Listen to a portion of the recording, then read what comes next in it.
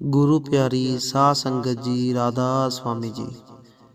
संगत जी, हम आपके अपने चैनल गुरु बंदगी में आपका स्वागत करते हैं। अगर आप सत्संग या साखियाँ सुनना पसंद करते हो तो हमारे चैनल को सब्सक्राइब कर सकते हो। आज का सत्संग मंगाराम जी का फरमाया हुआ सत्संग है।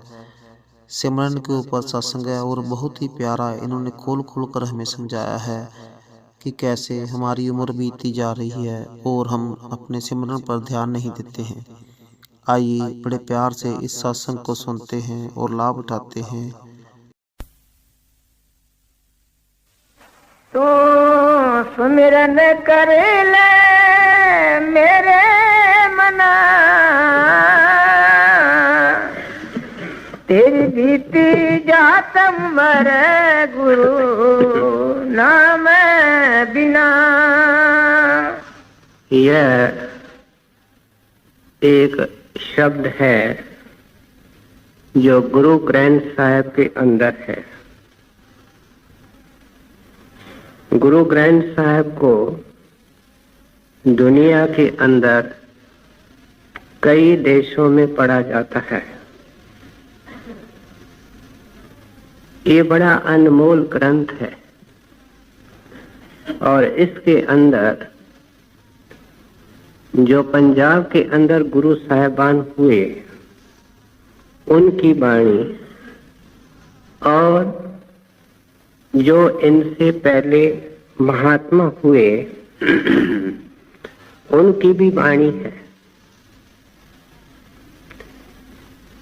इस ग्रंथ को जब हम पढ़ते हैं तो इसके अंदर कोई ऐसा सफा नहीं, कोई ऐसा पृष्ठ नहीं जिसके ऊपर नाम और गुरु ये दो शब्द नहीं आते। गुरु साहिबान बार बार नाम के ऊपर जोर दे रहे हैं और नाम के बारे में हमने दुनिया के मुख्तलिफ महात्माओं के विचार सुने हैं कि सबका इशारा अंदर के नाम की तरफ है। यह परमात्मा का एक सर्वगुण रूप है। जैसे आकाश के अंदर सूरज होता है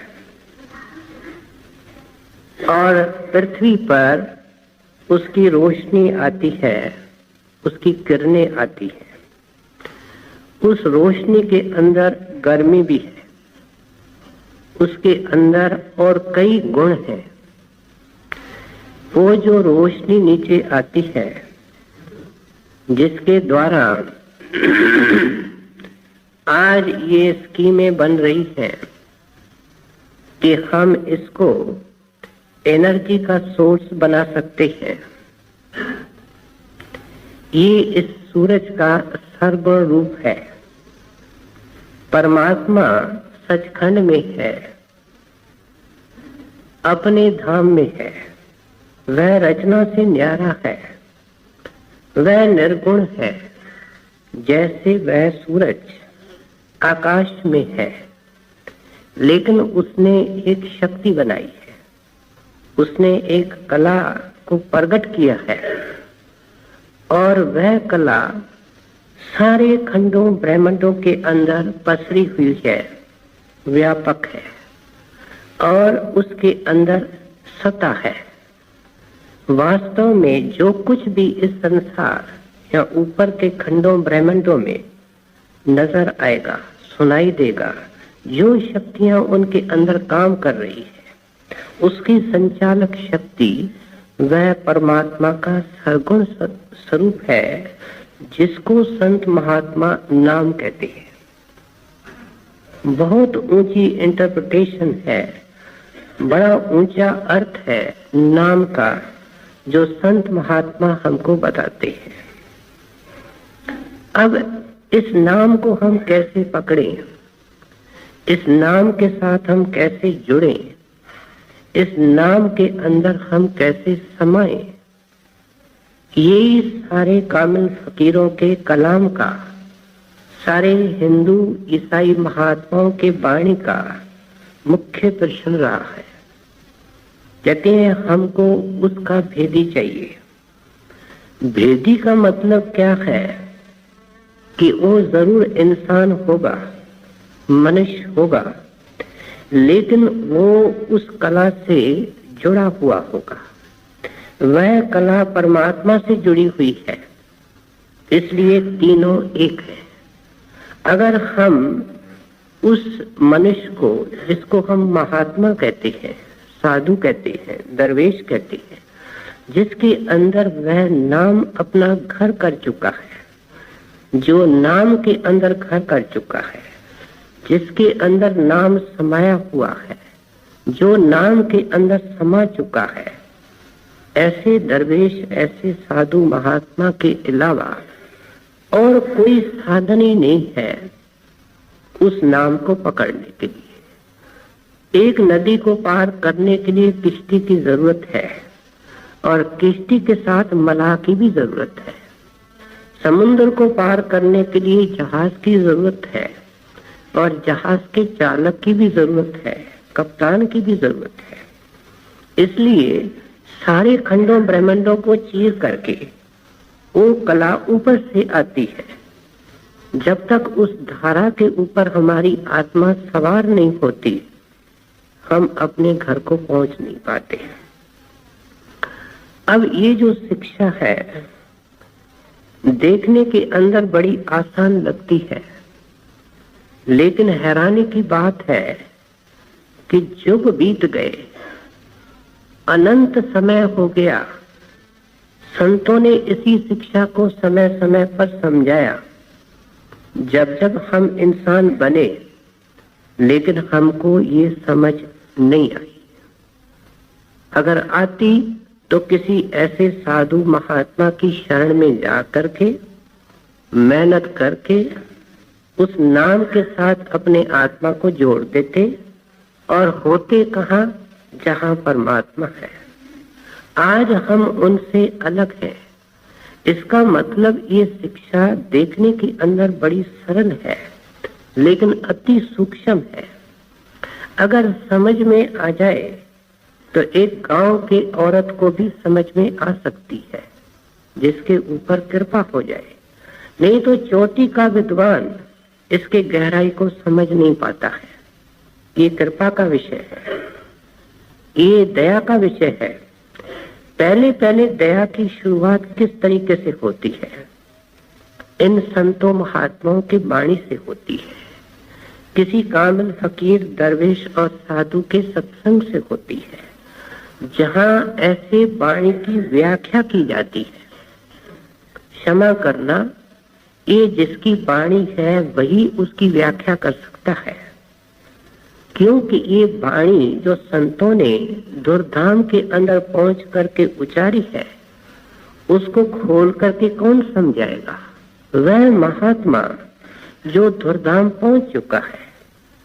बड़े हजूर को किसी ने अर्ज की कि अन्य महात्माओं की तरह आप अपनी वाणी क्यों नहीं लिखते हैं? तो महाराज ने निम्रता सहित उत्तर दिया कि मेरे को ये हुक्म है कि जो पिछले संत हैं उनकी वाणी खोल करके समझाओ, क्योंकि आमतौर पे ये जीवों को समझ में नहीं आती है।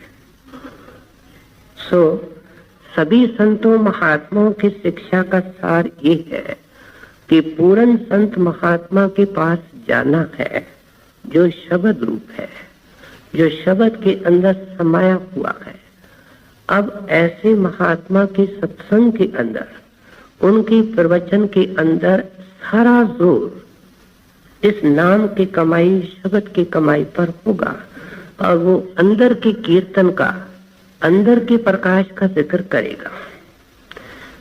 ये जो नैतिकवाद है कि हमको काम को छोड़ना है, क्रोध को छोड़ना है, लोभ लालच को छोड़ना है, धोखे और कपट को छोड़ना है, संक्षेप में कह दें कि हमको नेक पाक बनना है, ये सारी दुनिया जानती है। इसको हम पहले बखूबी जानते हैं। अगर हम नहीं करते हैं तो ये हमारे मन की मजबूरी है, हमारे संस्कारों की मजबूरी है। लेकिन ये चीज जो संत समझाते हैं, इससे दुनिया बिल्कुल बेखबर है। एक निराली चीज है, एक नई शिक्षा है जो आम तौर पे हमारे अंदर कभी आई नहीं है। इसलिए ऐसे संत महात्मा के सत्संग के अंदर 90% जोर इस नाम के कमाई और शब्द के कमाई पर होगा। क्यों? कि जब इसके कमाई के अंदर हम लग जाते हैं तो क्या होता है, जो नेक गुण है, शुभ गुण है, जो दैवी गुण है, वो कुदरती हमारे अंदर आना शुरू करते हैं। धीरे धीरे अवगुणों के कांटे निकलने शुरू होते हैं। क्यों? कि जब ये नाम की कमाई के अंदर लगेगा और इसको शौक होगा, देखेगा कि अमुक अवगुण के कारण, इस अवगुण के कारण मेरा भजन नहीं बन रहा है, मेरा सिमरन नहीं हो रहा है, कुदरती उसको छोड़ेगा। नतीजा क्या होगा? नाम की कमाई बनती जाएगी, नेक भी बनता जाएगा, दोनों काम एक साथ हो जाएंगे। इसलिए संतों ने अपनी वाणी के अंदर जो नैतिकता का पक्ष है, मोरालिटी का पक्ष है, नेक पाक जीवन बनाने का की शिक्षा है, उसके ऊपर इतना जोर नहीं दिया जितना कि नाम की कमाई के ऊपर जोर दिया। इस शब्द को हम ध्यान से सुने। कई प्रकार के शब्द ग्रंथ साहिब में है। आज के शब्द का संबंध उन लोगों से है, उन प्यारों से है, उन खुशकिस्मत जिज्ञासों से है जिनको गुरु मिल चुका है, शब्द स्वरूपी, शब्द अभ्यासी। उन्होंने दया भी कर दी है और अंदर का भेद भी दे दिया है, नाम के कमाई का तरीका भी बता दिया है। अब उसका क्या फर्ज है, उसको कितने प्रेम, प्यार और लगन से नाम की कमाई करनी चाहिए, इसको समझाने के लिए ये ऊंच कोटि का एक शब्द है। जैसे इसको हम आगे सुनेंगे पता चलेगा कि गुरु साहब ने इस शब्द को बनाने के अंदर बिल्कुल कमाल कर दिया है। एक निहायत ऊंचे दर्जे की कविता है जिसके हर एक कड़ी के अंदर गुरु साहब नाना प्रकार की मिसालें दे करके हमको एक बिंदु पर लाना चाहते हैं, एक नुक्ते पर लाना चाहते हैं कि ऐ प्यारे, अब सारे खुशियों के खजाने की चाबी तेरे को मिल गई है और वह नाम है, वह सिमरन है। अब उसका फायदा उठाने की कोशिश कर। क्यों?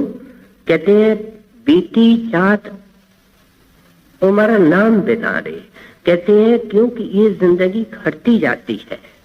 जैसे जैसे दिन निकलता है, एक दिन के अंदर हमारे 24,000 श्वासों का घाटा होता है। और क्या होता है कि ये जो चमड़े का शरीर है जिसमें निश्चित श्वास भरे गए हैं, वो जिस वक्त खाली हो जाता है तो एक चमड़े की ठेरी बन जाता है। मश्क समान जानो ये देही, बहती आठों जाम। कहते हैं रात और दिन श्वास जारी है और इसके अंदर से जब हवा खत्म हो जाएगी, कहते हैं फिर क्या करते हैं, इसको ठिकाने लगाते हैं। पहले इसके मुंह पर कपड़ा डाल देते हैं कि अब ये किसी काम का नहीं रहा। पहले सबको प्यारा लगता है, फिर ये भयानक लगता है। मर्यादा के अनुसार कोई कमरे में जाता है, लेकिन अंदर में ये भय बना होता है। नहीं तो उसके जो अस्थियां होती है उसमें तो कुछ भी नहीं है, लेकिन उसको भी किसी मंदिर के अंदर रखती है, शमशान भूमि के अंदर रखती है। हम कहते क्या है, हम सोचते किस तरीके से है, इनके अंदर कोई मेल ही नहीं है। तो इसलिए आप समझाते हैं कि भाई ये जिंदगी कोई 100 साल की नहीं, कोई 200 साल की नहीं, दिन ब दिन तेरी आयु घटती जाती है। जैसे जैसे श्वास निकलते हैं तो मौत के नजदीक होता जाता है। कब करेगा, कब करेगा, अपने आप से पूछने की कोशिश कर। और क्या करना है, तू सिमरन कर ले मेरे मना।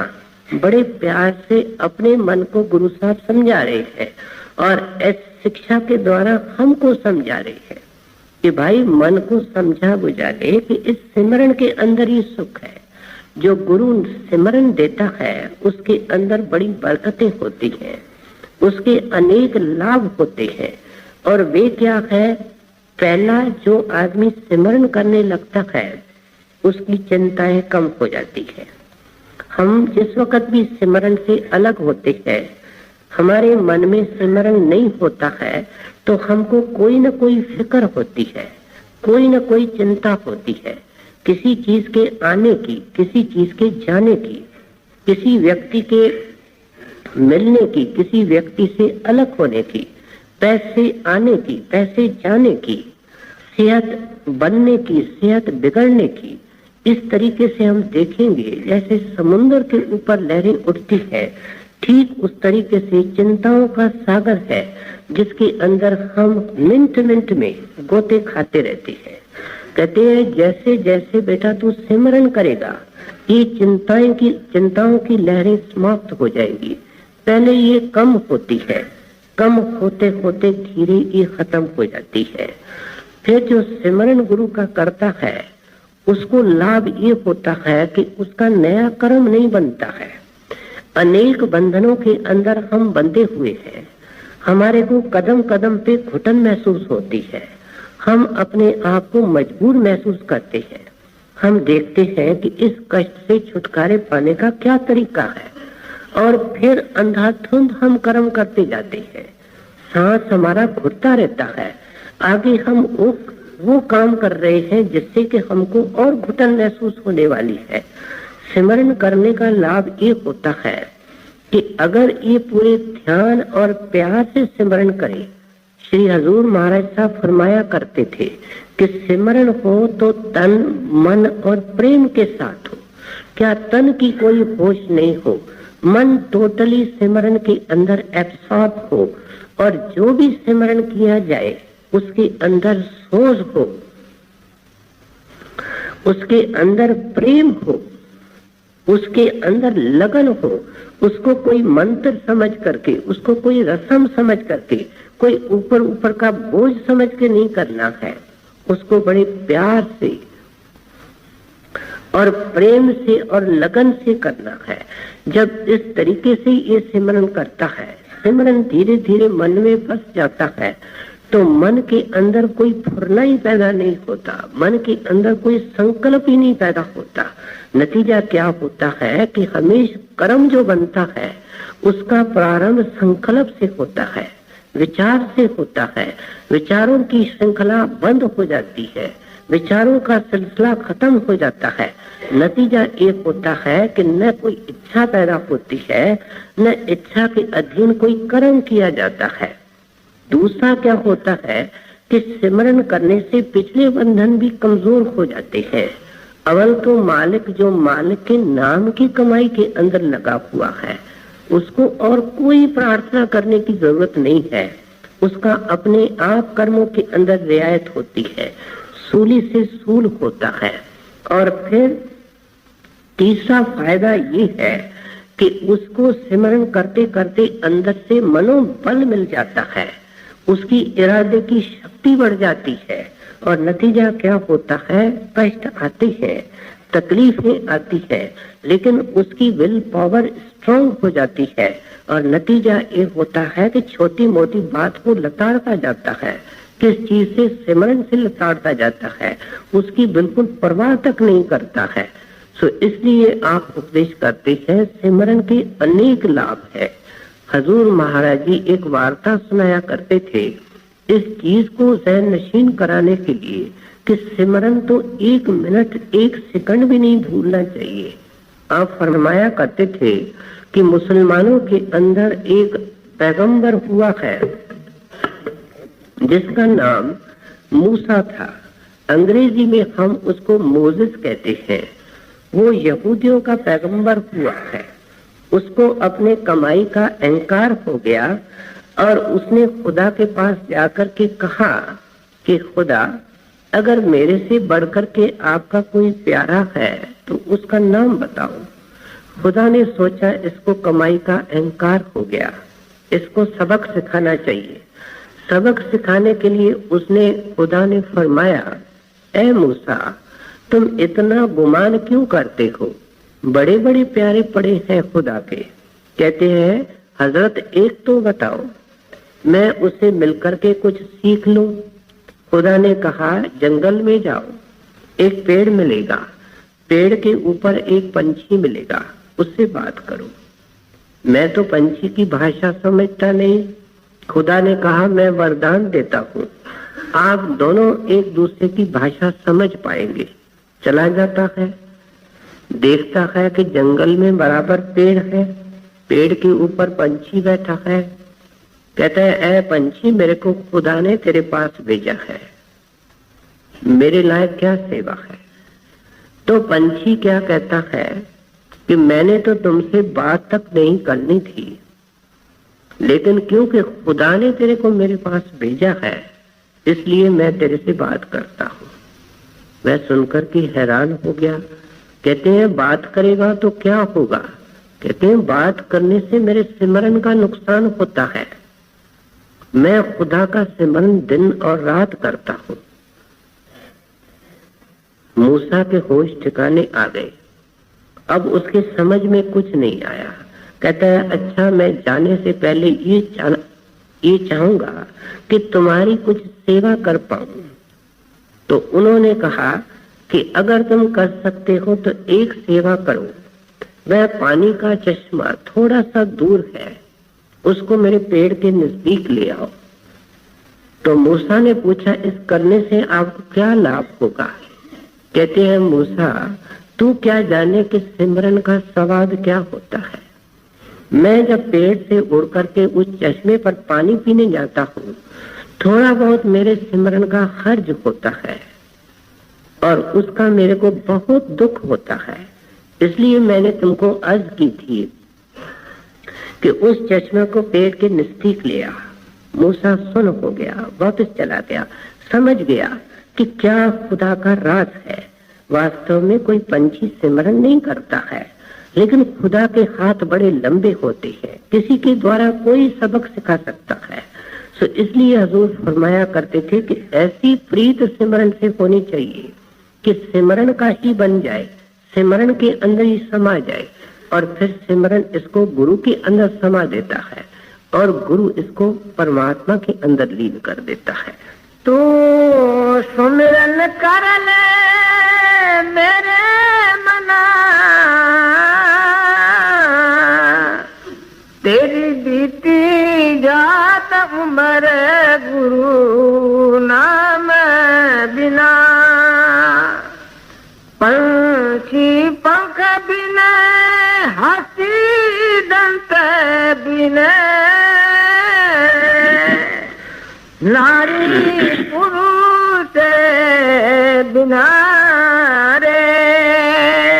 अब एक एक कड़ी के अंदर आप कितनी मिसालें दे रहे हैं कि ऐ इंसान, तेरे को गुरु मिला, तेरे को उसने कृपा करके नाम का भेद भी दिया, लेकिन अगर तुमने नाम को किनारे रख दिया है, नाम का तू लाभ नहीं उठा रहा है, सिमरन नहीं कर रहा है, भजन नहीं कर रहा है, सब काम ये करता है, अगर इसको छोड़ने की कोई चीज होती है तो केवल नाम है, नाम की कमाई है, भजन सिमरन है, सब काम करता है। कभी ऐसा दिन नहीं आया कि ये नहाया नहीं, कभी ऐसा दिन नहीं आया कि खाया नहीं, कभी ऐसा दिन नहीं आया कि काम पर नहीं गया, कभी ऐसा दिन नहीं आया कि सैर तमाशे नहीं किए। लेकिन ऐसे अनेक दिन आए जिंदगी के अंदर जब गुरु का काम नहीं किया, नाम की कमाई नहीं की, भजन नहीं किया। गुरु साहब इस नुक्ते को ज़हन नशीन कराने के लिए कि सारे काम रह जाएं लेकिन भजन नहीं रह जाए, सिमरन नहीं रह जाए, इसके लिए अनेक अनेक मिसाल दे रही है। कहते हैं पंछी पंख बिन, कहते हैं जिस वक्त ये आत्मा सचखंड से निकली थी तो इसको प्रेम के पंख थे, लेकिन अब मन और माया ने इसके पंख काट दिए हैं। अब क्या हुआ है कि पंछी पिंजरे के अंदर कैद है। वो पिंजरा कौन सा है? आए दिन सत्संग के अंदर हम सुनते हैं कि वह पिंजरा एक तन का है, एक मन का है। मन के पिंजरे के अंदर बैठ करके, मन के अधीन हो करके, ये तन के अंदर बैठ करके दुनिया की बातें करता है, विषय विकारों की बातें करता है, जो इसको अनाद काल से फंसाते आए हैं। कहते हैं अब तेरे को खिड़की खोलने का तरीका मिल चुका है, और वह क्या है? सिमरन है। कहते हैं उस सिमरन का लाभ उठाने की कोशिश कर, क्या होगा? खिड़की खुल जाएगी, तेरे को पंख लग जाएंगे। कभी कभी पंख, अगर पंछी पिंजरे के अंदर मुद्दत तक बंद कर दो और वो अपने पंखों को काम में न लाए, तो नतीजा क्या होता है? उसके पंख शिथिल हो जाते हैं, थ्रू डिसयूज हो जाते, खराब हो जाते हैं। जैसे जैसे उनको हिलाना शुरू करता है, उनके अंदर नई जान आती है, नई ताकत आती है। वो हिलाना क्या है? कहते हैं वो करनी है। जैसे पंछी दो पंखों से उड़ता है, ऐसे ये जो सत्संगी है, सत्संगी रूपी हंस है, वह भी दो पंखों से उड़ करके ऊपर जाएगा। एक पंख करनी का है और दूसरा पंख दया का है। जैसे जैसे ये नाम की कमाई करता है, दया साथ साथ में आती है। दया आती है, इसकी करनी बन जाती है, करनी बनने से दया और आती है। नतीजा क्या होता है कि ये मन माया के कीचड़ से ऊपर उठना शुरू करता है। इस तन की खिड़की किस वक्त खुलती है? जब इसका सिमरन मुकम्मल हो जाता है, पूर्ण हो जाता है। आंखों के बीच में बैठ करके ये बेसुध हो जाता है। क्या दुनिया की सुध नहीं रहती, संसार की सुध नहीं रहती? आंखों के बीच में सुंदर खिड़की है, वो खुल जाती है, और ये पंछी फिर उन परों को लेकर के प्रेम और विरह के पंखों पर उड़ करके ऊपर चला जाता है। सो आपने एक मिसाल दी कि तेरी इस वक्त हालत क्या है और तेरी सिमरन हालत क्या कर सकता है, और फिर आप हाथी की मिसाल दे रहे। कहते हैं हाथी की शोभा उसके दांतों पर होती है, बल्कि आम कहा जाता है कि जिंदगी के अंदर उसकी शोभा उन दांतों के कारण है, और जब मर भी जाता है तो सबसे कीमती चीज जो उससे निकलती है, कई आइवरी की चीजें उनके दांतों से बनती है, लाखों रुपए उनके ऊपर कीमत पड़ जाती है। कहते हैं उनके खाने के दांत तो अंदर होते हैं, मालिक ने ये दांत केवल शोभा के खातिर रखे हैं। कहते हैं कि तेरी शोभा भी इस तरीके से है, जैसे उस हाथी की शोभा उन दांतों में है, ऐसे तेरी शोभा इस नाम की कमाई के कारण है। अगर तू नाम की कमाई नहीं करता तो उस हाथी के बराबर है जिसके दांत काटे गए हैं और जिसकी कोई कीमत भी नहीं है, जिसकी कोई शोभा भी नहीं है। और फिर आप तीसरी मिसाल दे रहे हैं नारी पुरुष बिना। कहते हैं नारी की इज्जत, स्त्री की इज्जत पुरुष के साथ होती है। बड़े बड़े अफसरों की पत्नियां होती है, हर जगह उनकी इज्जत होती है जब पति के साथ जाती है। सोसाइटी के अंदर, समाज के अंदर, बड़ी बड़ी जगहों में जाती है, लेकिन जब वो अफसर चला जाता है, अधिकारी चला जाता है, कौन उसको पूछता है, कौन उसको बुलाता है? इसलिए जब भी उसको शोभा संसार के अंदर मिलती है, इज्जत मिलती है, तो अपने पति के कारण मिलती है। जब वो अकेली रह जाती है, हर एक उल्टी सुलटी नजरों से देखना शुरू करता है, शक और संदेह की नजरों से देखना शुरू कर देता है। सो इसलिए आप समझाते हैं कि तू भी उस तरीके से है जैसे इसका नारी है, नारी का पति है, लेकिन वो उनसे अलग है। क्योंकि जिस वक्त सतगुरु नाम देता है वो इसके अंदर गुप्त रूप में अंदर बैठ जाता है। इसको नाम की कमाई करके, सिमरन करके पति के साथ होना है। पति के साथ होने से इसकी इज्जत बनने वाली है। इज्जत क्या बनने वाली है कि इसको कुछ जमदूत कह नहीं सकता है, इसको धर्मराय कुछ बोल नहीं सकता है, इसका अपमान होने वाला नहीं, इसको जन्म मरण में कोई लाने वाला नहीं। सो आप एक ही बिंदु को लेकर के समझाने की कोशिश करते हैं कि नाम की कमाई जो पूरा संत सतगुरु देता है उसके क्या क्या फल होते हैं, क्या क्या लाभ होते हैं। पंछी पंख बिना, हंसी दंत बिना, नारी से बिना रे। वैश्या को पुत्र पिता भी नहीं ना, तैसे प्राणी गुरु नाम बिना रे। कहते हैं किसी भी आदमी से पूछो, बल्कि सत्संगी से भी पूछो कि तुम कौन हो। वो कहता है मैं हिंदू हूँ। फिर आगे बोलता है कि मैं विद्वान हूँ, मैं आलिम हूँ, मैं फाजिल हूँ। फिर अगर और पूछो, वो कहता है मैं बहुत बड़ा अमीर हूँ, मेरे पास इतनी दौलत है। फिर पूछो, कहता है मैं इतना जानता हूँ, मैं इतना ज्ञानवान हूँ। लेकिन कोई ये नहीं कहता। बात बड़ी कड़वी लगती है, अटपटी लगती है, लेकिन संत महात्मा को अगर सुनानी होती है तो कड़वी भी सुना देती है, लेकिन उसके पीछे होता है। आपके इस मिसाल को समझने की कोशिश करनी चाहिए। कहते हैं वैश्या कई शक्लें देखती है, नहीं होता है। नतीजा एक होता है कि अगर उसको कोई बेटा भी पैदा हो जावे तो वो बेटा अब किसका बेटा कहलाएगा। जब कभी उससे पूछा जाएगा तुम किसके बेटे हो, तो उस सिर झुकाने के अलावा उसके पास और कोई चारा ही नहीं है। कहते हैं तुमने कई बार इस माया के पेट से जन्म लिया है, तुम माया का कीड़ा बना हुआ है। एक साधु ने अंदर में एक सुंदरी देखी, महासुंदर उसका रूप था। वह उनसे पूछने लगा कि ऐ सुंदरी तुम कौन हो। वह जवाब देने लगी कि मैं यहाँ रहती हूँ और मेरे अनेक बच्चे हैं।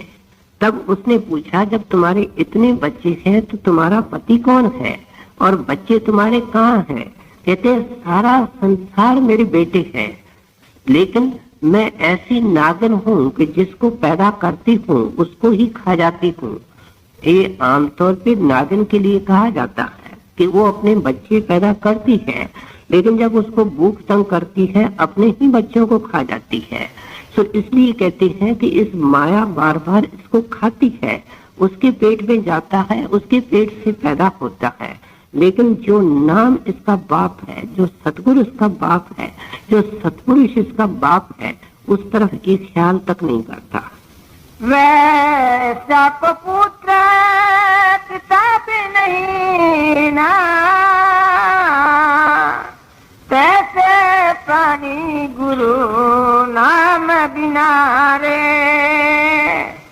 देह नैन बिना रन चंद बिना, धरती में गए बिना रे। कहते हैं इंसान का शरीर मिले, बड़ी ये दुर्लभ देह है, लेकिन आंखें नहीं मिले तो क्या उसका महत्व है। संसार जैसा है तैसा नहीं है। हम लोग शिकायत करते रहते हैं कि परमात्मा ने हमको क्या दिया है।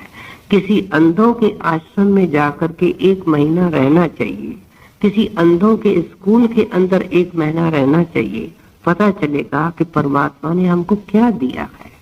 जो अंधों के आश्रम के अंदर रहते हैं, अंधों को देखते हैं, वे बताते हैं कि कितना भी होशियार अंधा हो, कितना भी तजुर्बेकार अंधा हो, लेकिन कोई ऐसा दिन ही नहीं होता है जब वो 2-4 बार गिरता नहीं है, चोट नहीं खाता है, टक्कर नहीं मारता है। क्यों? कि वो अज्ञान में है, अंधेरे में है। कहते हैं तेरे को नाम मिला है उसको प्रकाश करने के लिए। सत्संगी बड़ा अफसोस है कि तू अज्ञान के अंधेरे के अंदर ठोकरें खा रहा है। हरदम शिकायत करता है कि इसने मुझे लूट लिया, इसने मुझे मार लिया, इसने मुझे धोखा दे दिया। ये सत्संगी कहता है। कहते हैं ये इसलिए क्योंकि आंखें इसको देने वाला मिला, लेकिन उसने आंखों का फायदा नहीं उठाया। ये अंधे का अंधा है। तो इसलिए आप समझाते हैं कि इस सिमरन ने तेरे को अंदर की आंख देनी है।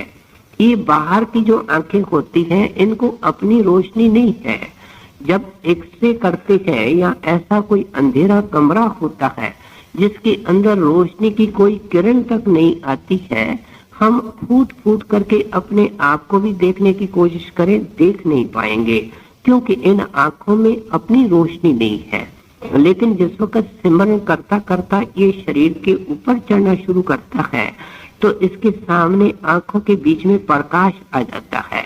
उस प्रकाश के सारे जब ये अंदर जाता है, ये शरीर से अलग हो जाता है, नए शरीर के अंदर प्रकट होता है। उस शरीर की आंख को अपनी रोशनी है और वो लाखों मीलों पर काम करती है। कहते हैं तेरे को सतगुरु ने सिमरन कोई कहानी सुनाने के लिए नहीं दिया, कोई कान की फूंक नहीं है, वो इसलिए दिया गया है कि तू अंदर की ज्ञान चक्षु खोल, अंदर का उस शिव नेत्र खोल, जिससे तेरे को समझ आएगी। जब ये उस नजर को लेकर के, आंख को लेकर के और ऊपर जाता है, हजूर फरमाया करते थे कि जब ये पार ब्रह्म में पहुंच जाता है और किंगरी की आवाज सुन लेता है, उस आवाज को कुछ देर के लिए सुनने से इसके सामने लाखों जन्मों का नक्शा आ जाता है, अपना भी आ जाता है, किसी का भी जान सकता है। हालांकि उस वक्त इसकी इन बातों के अंदर रुचि नहीं होती है। कहने का भाव ये है कि उस वक्त ही ये सच्चा ज्ञानवंत बनता है, ज्ञानवान बनता है। इसलिए तो गुरु साहब वाणी के अंदर लिखते हैं, ज्ञान ध्यान धुन जानिए अकत कहावे सोए। कहते यहाँ बैठ करके अकल बुद्धि की तू बातें करता है, ये खोखली बातें हैं। जिस वक्त वो धुन तेरे अंदर प्रकट होगी, वो नाम का प्रकाश होगा, उस वक्त सच्चा ज्ञान तेरे अंदर पैदा होगा। तो इसलिए आपने एक तो अंधे की मिसाल दी है और दूसरी आपने फिर रैन चंद्र बिना, कहते हैं दूसरी मिसाल दे रहे हैं चंद्रमा की जब आकाश के अंदर होता है और उमावस की रात जब चंद्रमा गायब होता है। उमावस की रात के अंदर कौन खुश होता है? चोर खुश होते हैं, ठग खुश होते हैं, लुटेरे खुश होते हैं, क्योंकि उनको लूट मार उधम धाड़ करने का मौका मिलता है। तो इसलिए कहते हैं कि जिस वक्त तेरे अंदर ये सिमरन जोर पकड़ेगा, नाम की कमाई पकड़ेगी, तेरी जिंदगी खुशहाल हो जाएगी। एक चांदनी रात के अंदर सब खुश होते हैं, कहते हैं तेरी जिंदगी भी एक चांदनी रात की तरह हो जाएगी। तेरे को संसार में भी सुख मिलेगा, तेरे को परलोक में भी सुख मिलेगा। इस इतवार को इस बिंदु को अच्छी तरह खोल करके समझाया गया था कि जब परलोक का सुख मिलने शुरू होता है तो संसार के अंदर भी सुख मिलना होता है। जब अंदर में ज्ञान मिलता है तो बाहर भी ये ज्ञानवान हो जाता है। फिर गुरु साहब तीसरी मिसाल दे रहे हैं और वो कहते हैं धरती मेघ बिना। कहते हैं जैसे धरती के ऊपर पानी पड़ता है तो चारों ओर हरियाली छा जाती है, खेत हमारे हरे भरे हो जाते हैं, बगीचे हो जाते हैं, अनाज हो जाता है, मेवा हो जाता है, घास फूस हो जाता है, गाय भैंस वाले दूध देना शुरू कर देते हैं। कहते हैं सब जगह सस्ताई हो जाती है, महंगाई छूट जाती है, किसान खुश हो जाता है, आम नागरिक खुश हो जाता है।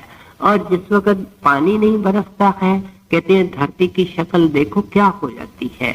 कई बार जब जोर की गर्मी पड़ती है, धरती क्रैक हो जाती है, उसके टुकड़े हो जाते हैं और फिर किसान भी मुरझाया होता है, आम नागरिक भी दुखी होता है। ठीक उस तरीके से कहते हैं कि वो पानी बेटा अंदर है, उसको संत महात्मा अमृत कहते हैं, आब हयात करते हैं। जब तुम्हारे हृदय के धरती पर वो पानी गिरेगा तो क्या होगा? तेरे दिल की धरती, तेरे हृदय की धरती हरी भरी हो जाएगी, उसमें श्रद्धा आएगी, उसमें प्रेम आएगा, उसमें उमंग आएगा, उसमें ज्ञान आएगा। ये अलग अलग प्रकार के सुमन हैं जो उस हृदय रूपी धरती के अंदर पैदा कर होते हैं और जो इसको मिलता है उसको भी उन फूलों की खुशबू आती है और इसकी जिंदगी भी खुशबू से भर जाती है। तो इसलिए आप समझाते हैं कि अगर तू सिमरन करेगा, सुख ही सुख है, शांति ही शांति है। आपने इसको समझाने के लिए इस कड़ी के अंदर ये 3 मिसालें और दी हैं। देह नन बिन रन चंद बिन धरती में गए बिना रे, जैसे पंडित वेद विहीना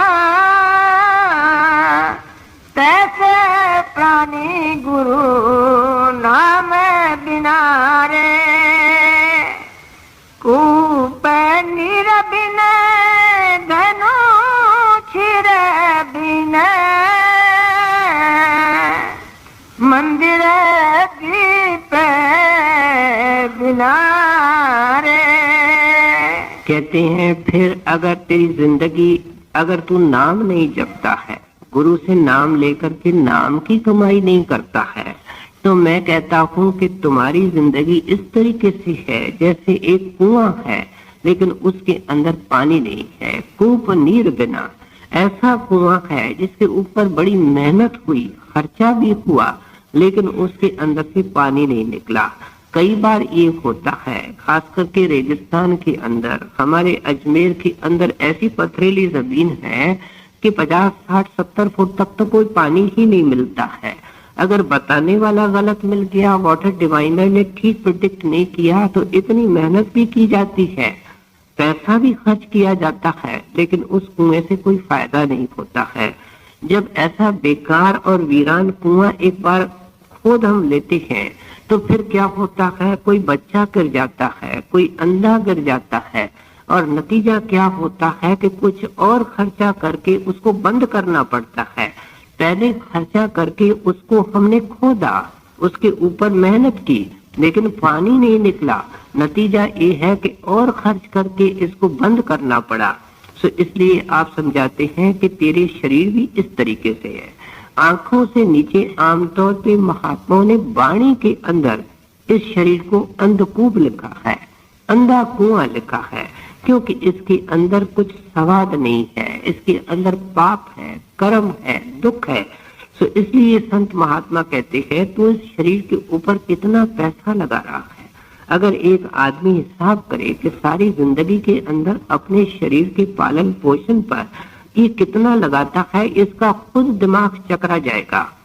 बेअंत पैसा लगाता है, बेअंत वक्त लगाता है, लेकिन कहते हैं कि इसके अंदर जो नाम और शब्द की वर्षा होने वाली है, जो इसके अंदर से पानी निकलने वाला है, अमृत निकलने वाला है, वो तो निकला नहीं। कहते हैं फिर क्या होगा कि जैसे कुछ पैसे खर्च करके उसको बंद करना पड़ता है, इस तरीके से 100, 200, 400, 500 रुपए खर्च करके इसको शमशान भूमि के अंदर पहुंचाना पड़ता है, और कुछ मेहमानों को खिलाना पड़ता है, कुछ ब्राह्मणों को खिलाना पड़ता है। क्या कुआं भी बनाया गया, उसको खोदा भी गया, लेकिन उसके अंदर से पानी नहीं निकला। इंसान भी बना, और लेकिन संतों महात्माओं के शरण में नहीं किया, नाम की कमाई नहीं की। जैसा अंधा आया, जैसा निकम्मा आया, ऐसा निकम्मा चला गया। कूप नीर बिना धनु खीर बिना मंदिर दीप बिना रे। कहते हैं दूसरी मिसाल दे रहे हैं गाय की। कहते हैं जैसे गाय के अंदर दूध आना बंद हो जाता है तो उसकी देखभाल भी खत्म हो जाती है, क्योंकि ये देखते हैं कि अब सारी जिंदगी इसको खिलाना पड़ेगा। नतीजा ये होता है कि जो गौ का पालन करने वाला होता है वो उसको छोड़ देता है, और वो एक आवारी बेगानी गाय होकर के शहर के अंदर घूमती है। शहर के अंदर ऐसी गाय को घूमते हुए हमने देखा है, पता नहीं कितनी ये नेक और पवित्र जानवर है, लेकिन किस किस गंदगी के ऊपर ऐसी जो बेकार गाय होती है, जिसका कोई मालिक नहीं होता है, वो ऐसी गंदी गंदी चीजों पर मुंह डालती है कि देख करके ही दुख होता है।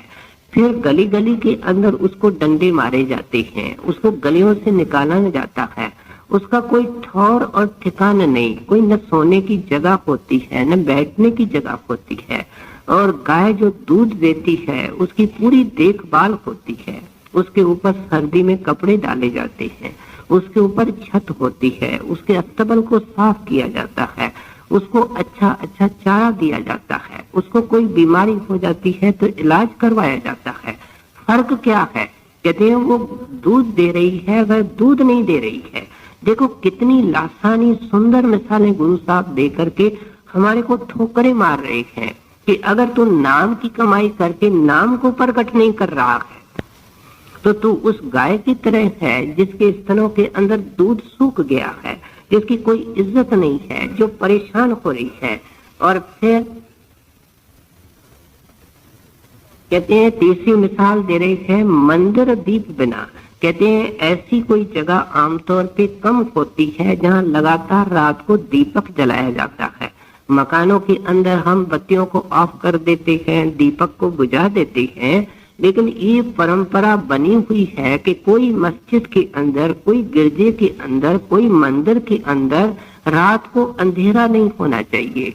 हम अजीब अकल के मालिक हैं, कभी सोच और विचार नहीं करते हैं कि ये रिवाज कहाँ से आया, किसने शुरू किया, क्यों शुरू किया गया कि घर के अंदर बेशक अंधेरा हो लेकिन मंदिर के अंदर नहीं, गिरजे के अंदर नहीं, मस्जिद के अंदर नहीं।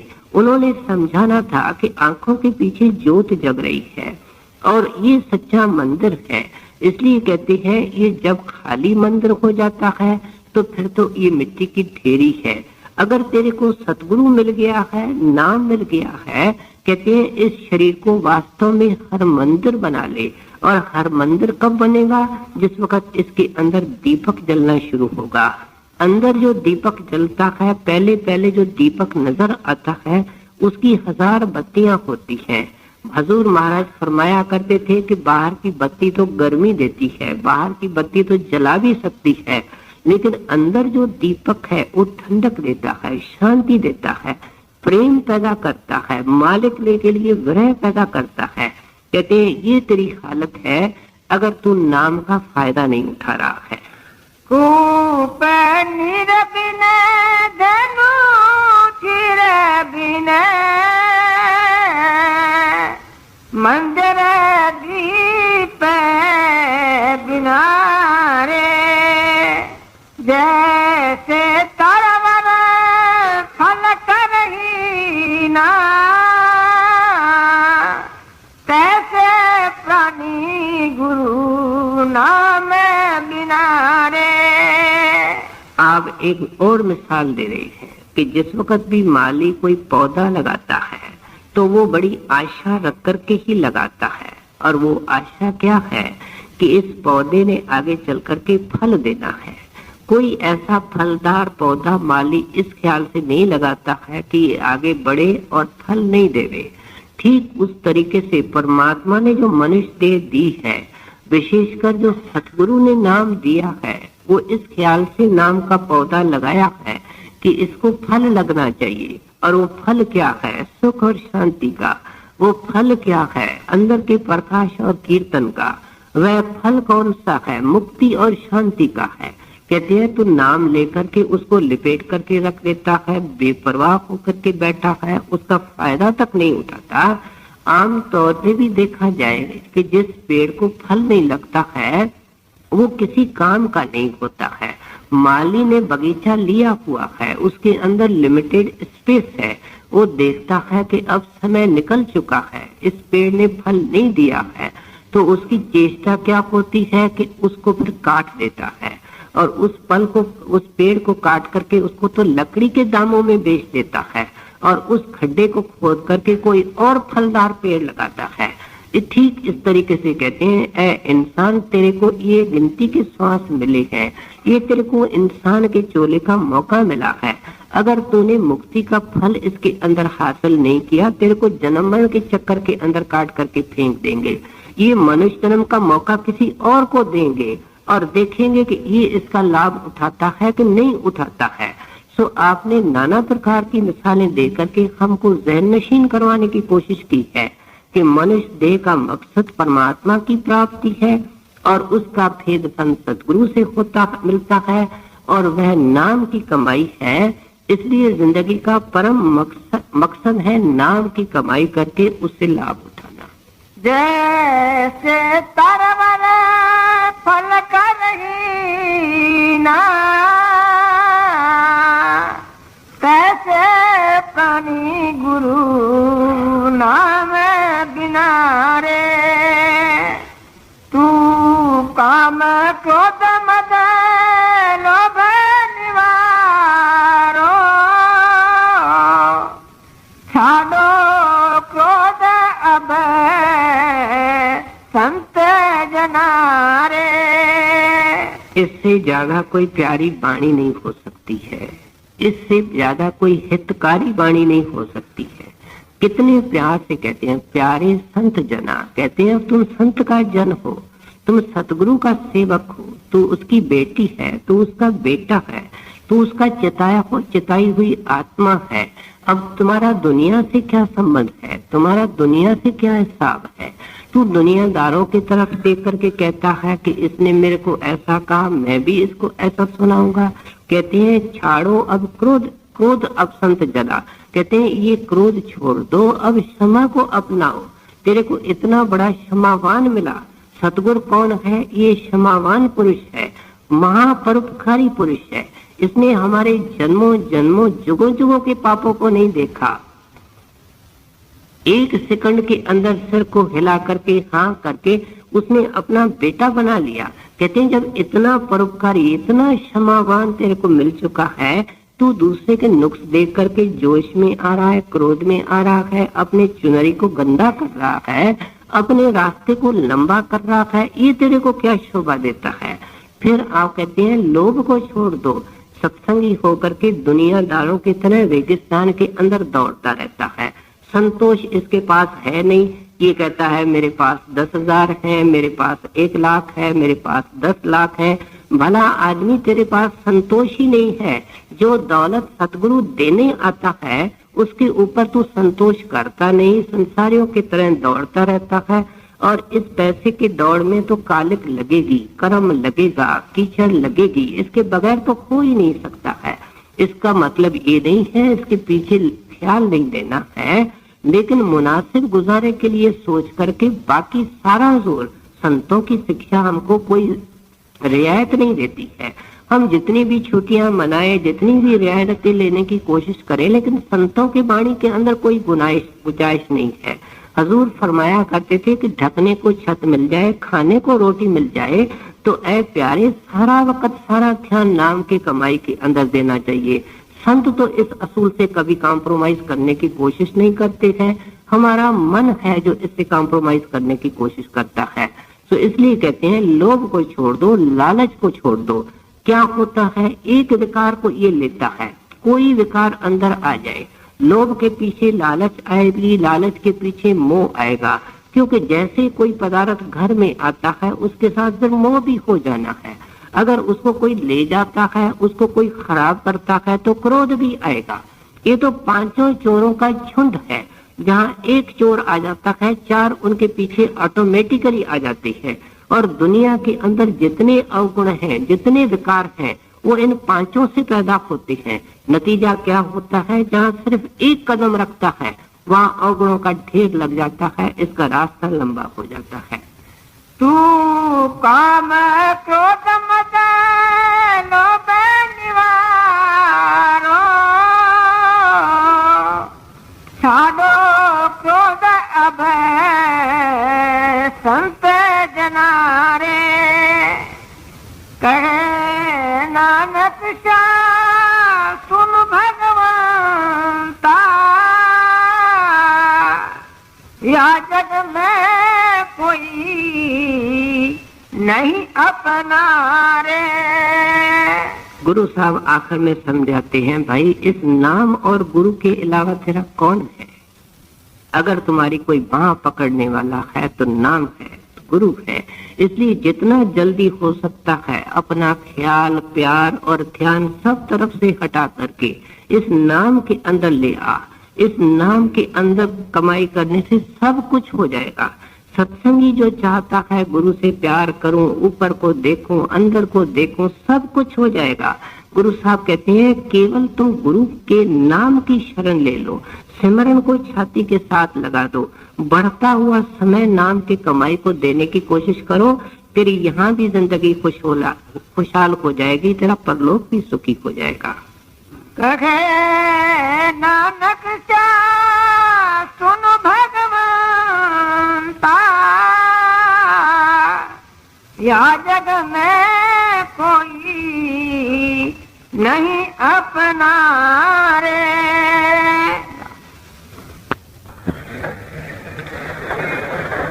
तन के तमुरे में, तन के तमुरे में श्वासों के तार बोले, भज ले तू नाम प्यारे, भज ले तू नाम।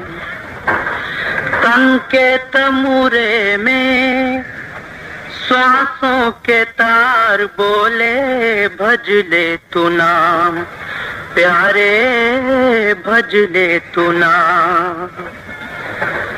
आए हैं सो जाएंगे राजा रंक फकीर, एक सिंहासन चढ़ चले एक बांध जंजीर। तन को जोगी सब करें, तन को जोगी सब करें, मन को बिरला को सहजे सब विधि पाइए, जो मन जोगी हो।